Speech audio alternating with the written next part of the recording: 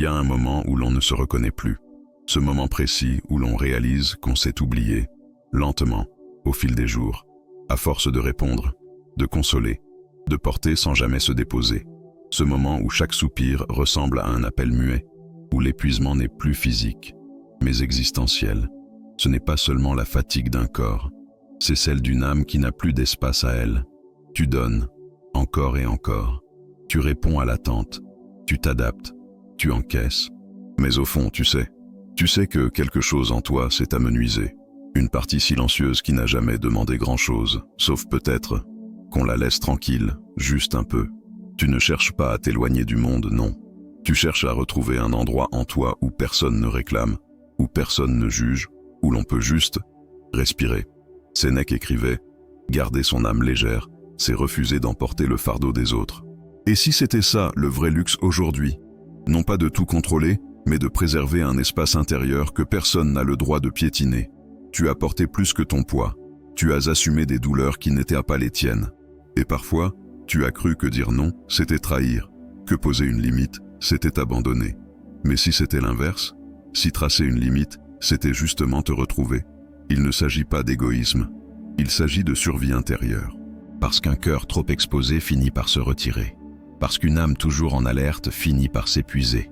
Et l'on se retrouve à sourire mécaniquement, à hocher la tête quand tout en nous crie stop. Tu n'as pas été faible, tu as été humain, et maintenant tu choisis. Épictète disait « Vous n'êtes pas chargé du bonheur d'autrui, protégez plutôt votre propre paix.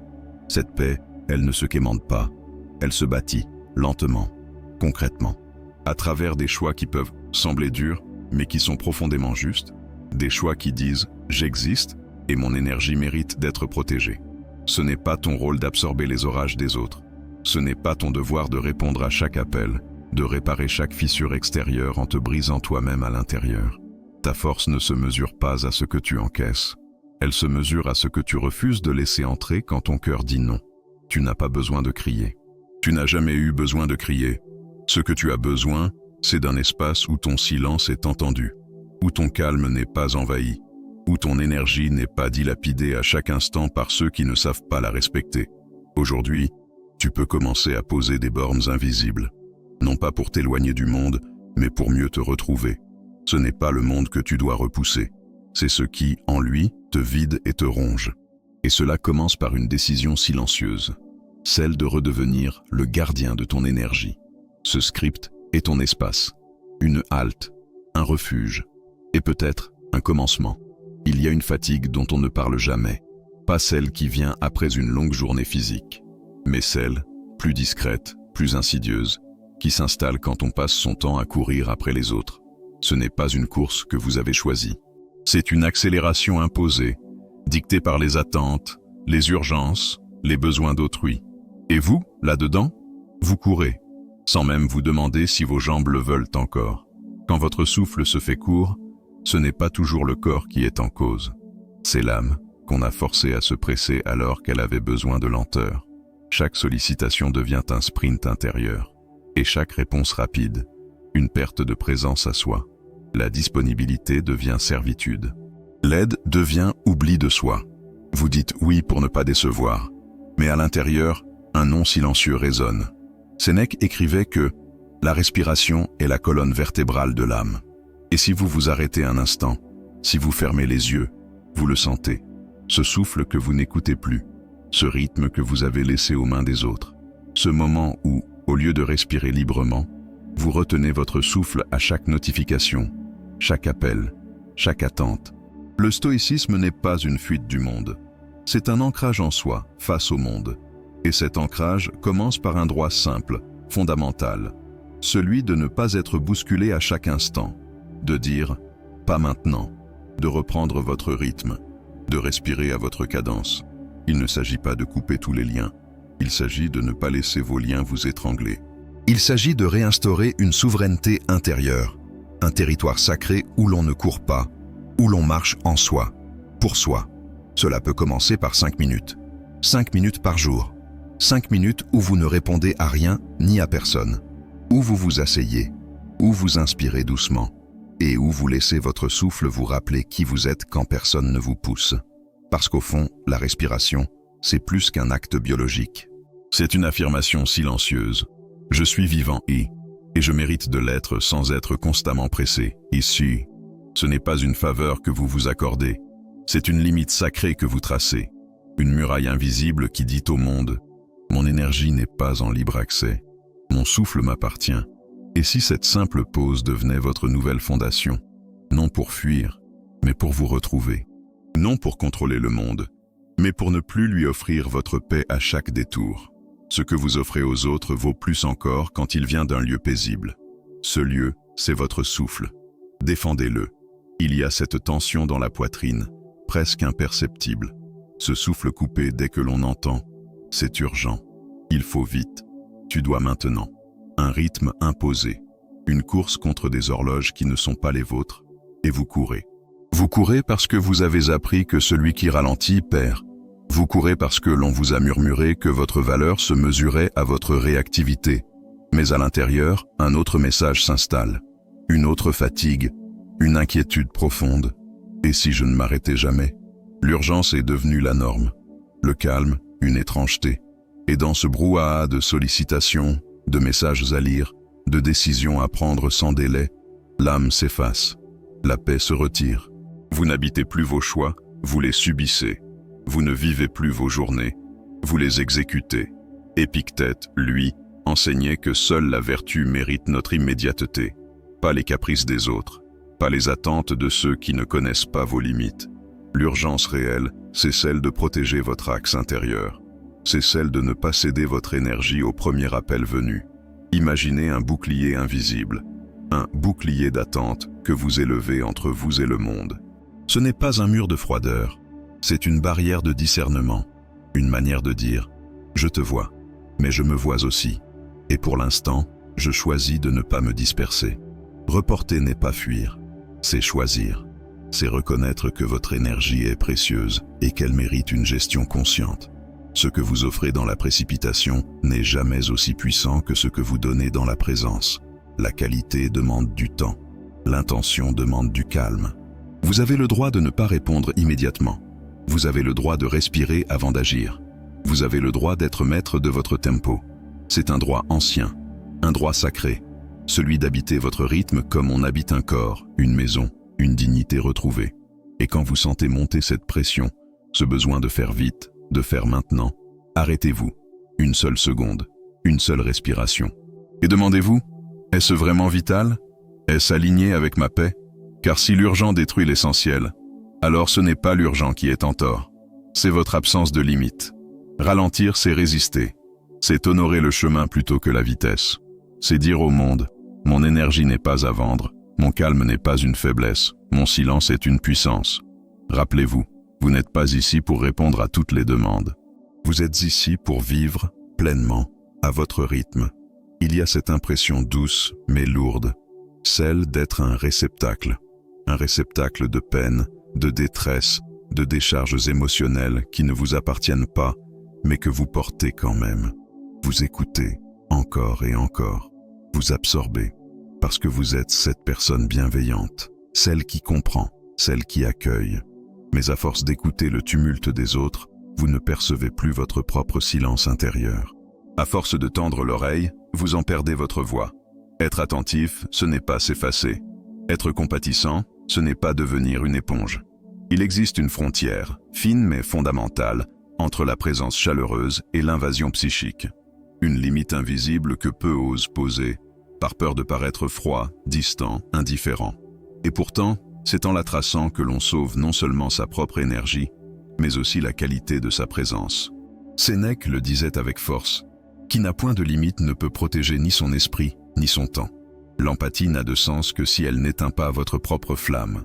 Si en accueillant l'autre, vous vous perdez vous-même, alors ce n'est plus de la générosité, c'est un abandon. Alors posez la main sur votre cœur, doucement, et écoutez. Écoutez si ce que vous recevez de l'autre nourrit ou appauvrit. Écoutez si votre écoute naît d'un élan sincère ou d'un devoir toxique. Car votre écoute n'est pas infinie, elle est précieuse. Elle doit être donnée avec conscience, non imposée par la pression.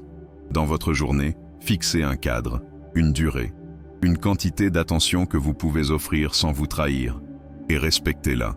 non pas pour rejeter l'autre, mais pour vous honorer vous-même. La vraie écoute commence quand on ne se sacrifie plus pour écouter. Elle commence quand on est entier, présent, stable. Il est temps de différencier la sollicitude de l'envahissement, d'offrir sans se vider, de tendre la main sans se faire aspirer. Vous n'avez pas à tout porter. Vous pouvez dire « Je t'écoute un moment, mais je ne peux pas tout prendre ». Vous pouvez dire « J'ai besoin de revenir à moi ». Car vous aussi, vous avez besoin d'un espace intérieur protégé, un lieu où votre âme peut respirer, loin du vacarme des douleurs extérieures. Et ce lieu, personne ne vous l'offrira.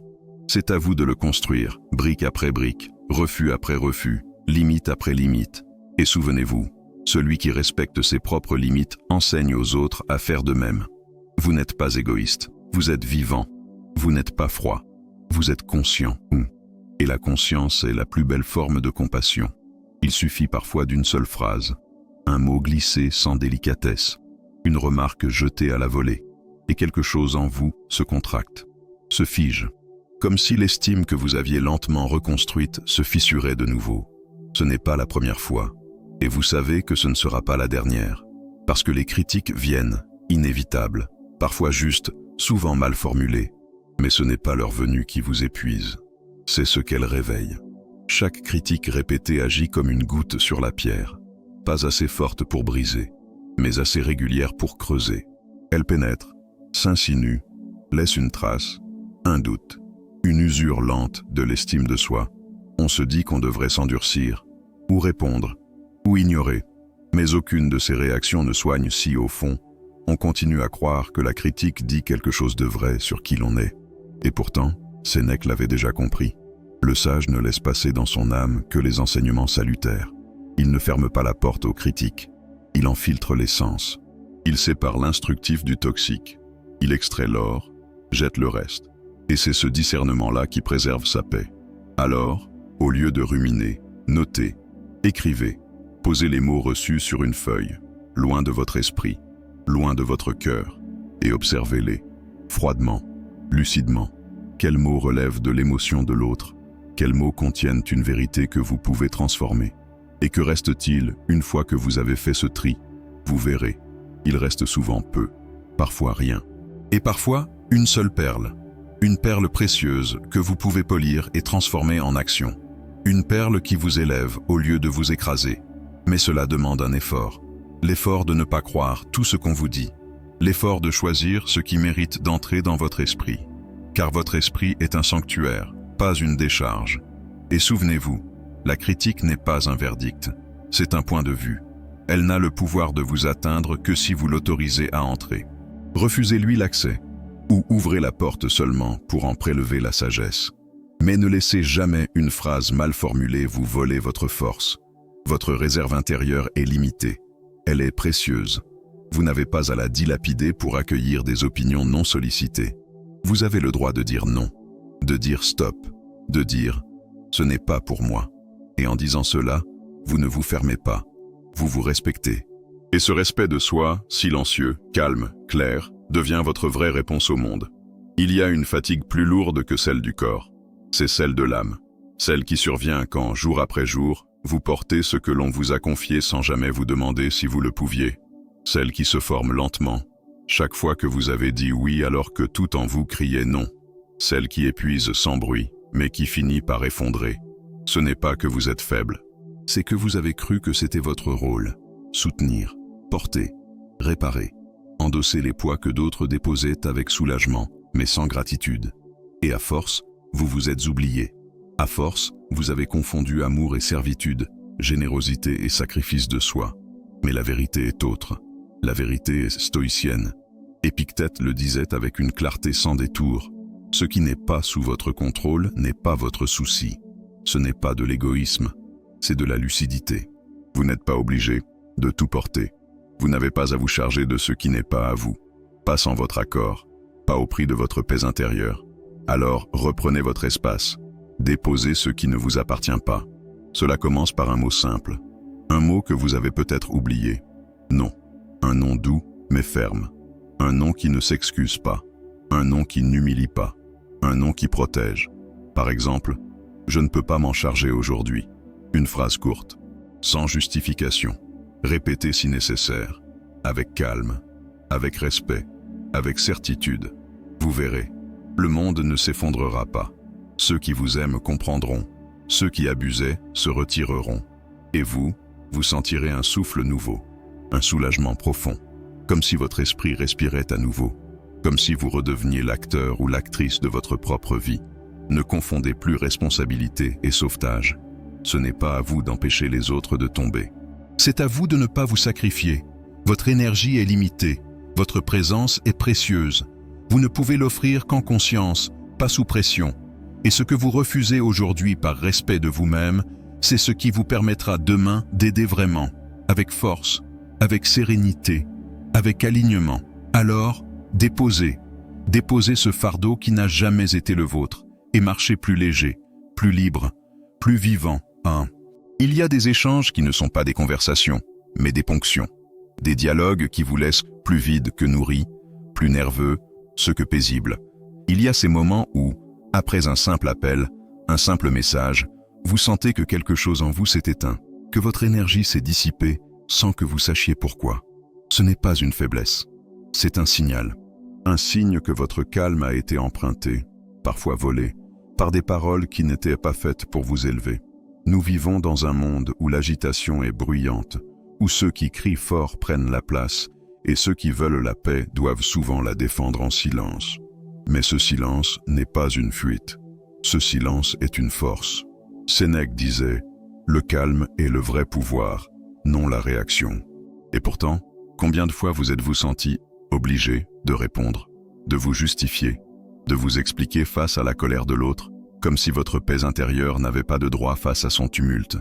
Il est temps de reprendre cette paix, de cesser de la prêter à ceux qui ne savent pas l'honorer. Cela commence par un signal, un geste simple, presque imperceptible. Cela peut être un regard, un silence qui ne cède pas, un mot qui arrête le flot. Je ne souhaite pas continuer cette conversation. Ce n'est pas une fuite, c'est une frontière, une muraille invisible qui dit « Ici, c'est mon espace.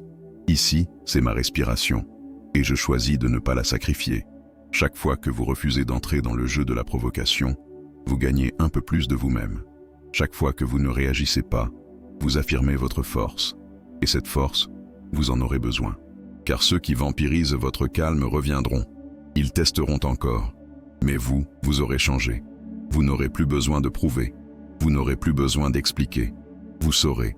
Et ce savoir suffira à les tenir à distance. Rappelez-vous, ce n'est pas parce que l'autre crie que vous devez éteindre votre lumière.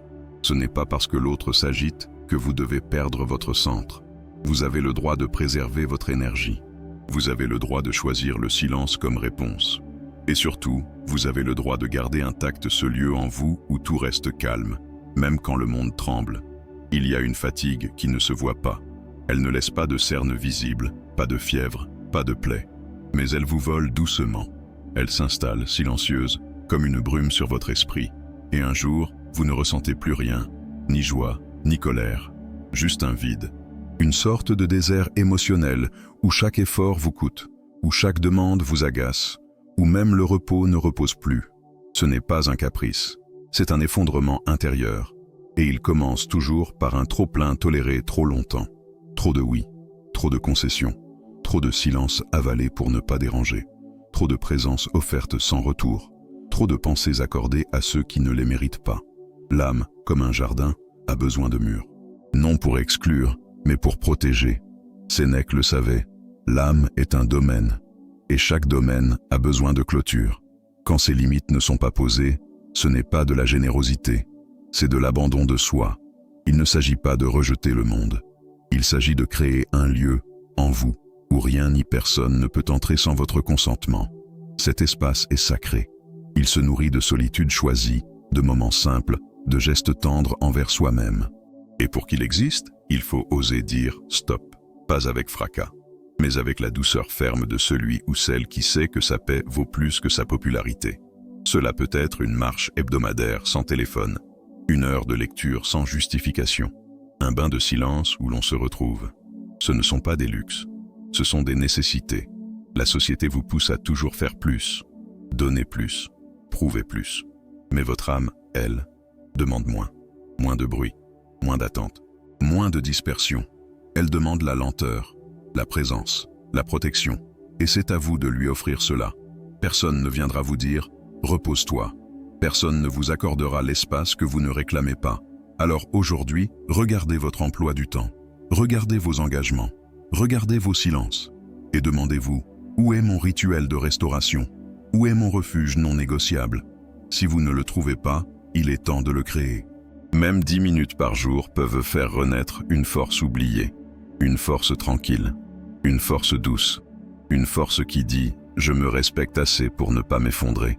Ce n'est pas la dureté qui vous sauvera, c'est la douceur disciplinée, celle qui ferme la porte avant l'intrusion, celle qui dit non sans bruit, mais avec conviction, celle qui choisit la paix, chaque jour, comme une priorité vitale. Vous n'êtes pas une ressource infinie, mais vous êtes une source précieuse. Et il est temps d'en prendre soin. Il ne s'agit pas ici de dresser des murs de méfiance. Il s'agit de bâtir les fondations d'un refuge. Un lieu intérieur où votre énergie n'est plus dilapidée au gré des sollicitations, des critiques ou des urgences imposées. Chaque limite que vous posez n'est pas une barrière contre le monde. C'est une reconnaissance silencieuse de votre valeur, un acte d'amour envers vous-même. Sénèque disait « Mieux vaut un petit domaine bien gardé qu'un vaste royaume en ruine. Car ce n'est pas la grandeur de ce que vous offrez qui vous protège, c'est la clarté de ce que vous ne laissez plus envahir. » Votre énergie est précieuse. Elle ne doit pas être bradée. Elle ne doit pas être offerte à ceux qui n'en prennent pas soin. Elle ne doit pas être sacrifiée sur l'autel de la peur de déplaire. Fixer une limite, c'est dire « je me respecte ». Et je te respecte assez pour ne pas me perdre en te suivant. Épictète rappelait « Qui connaît sa frontière connaît sa liberté ». Parce que la vraie liberté ne se mesure pas en gestes spectaculaires, mais en silence maîtrisé, en refus discret. En absence choisie. La paix n'est pas un miracle. C'est une discipline, une vigilance quotidienne, une protection consciente.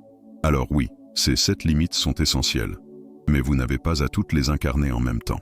Commencez par une seule, celle qui résonne le plus fort aujourd'hui, celle qui touche une fatigue précise en vous.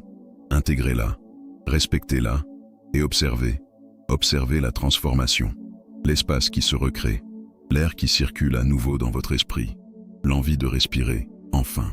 Ce n'est pas en cédant toujours que l'on est aimé, c'est en étant vrai. Ce n'est pas en absorbant tout que l'on est fort, c'est en sachant ce que l'on ne tolère plus. Ce n'est pas en disant oui à tout ce que l'on se construit, c'est en apprenant à dire non avec paix. Aujourd'hui, vous avez la permission, pas celle des autres, la vôtre. La permission d'exister sans vous épuiser, de servir sans vous trahir, de donner sans vous abandonner. C'est cela, protéger votre énergie. C'est cela, l'élégance invisible de la dignité stoïcienne.